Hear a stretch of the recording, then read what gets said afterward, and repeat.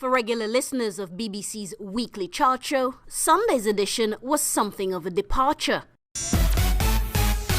Which means that we've got a brand new entry at number 2. Tributes poured in across the world for Margaret Thatcher when she died on Monday. But there were also people... A social media campaign catapulted the song Ding Dong the Witch is Dead to number 2 in the national charts. In the resulting controversy, the BBC decided not to play the anti-Thatcher ode in its entirety, choosing instead to explain to listeners why the taxpayer-funded corporation aired just 5 seconds of the track. Thatcher died. Ding dong, the witch is dead. Witch, oh witch, a wicked witch. Ding dong, the wicked witch is dead.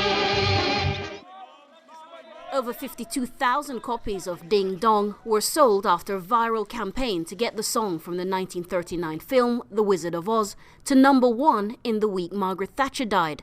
Supporters of Baroness Thatcher say the song is in poor taste.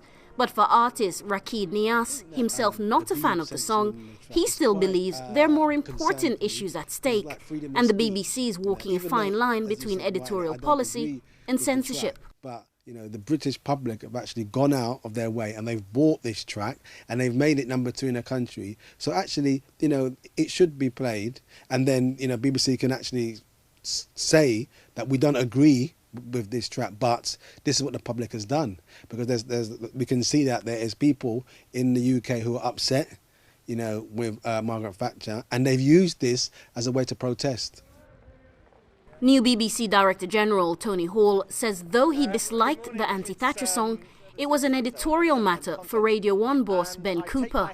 The BBC has a long history of censoring songs it deems inappropriate on political or moral grounds, including Imagine by John Lennon and Give Ireland Back to the Irish by Wings. In death as in her political life, Margaret Thatcher remains an incredibly divisive figure. And as the conversations and debates about the Iron Lady's political legacy continues, she's leaving the sphere of politics and now entering that of freedom of speech and censorship. In a poll taken just after the BBC's editorial announcement, 89% of those questioned thought the song should be played in full.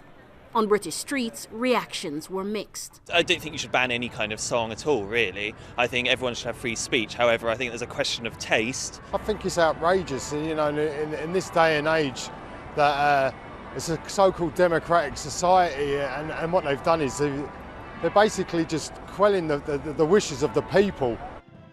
With public disquiet growing over the ceremonial funeral being held on Wednesday, this will just be another chapter in the controversial legacy of Margaret Thatcher.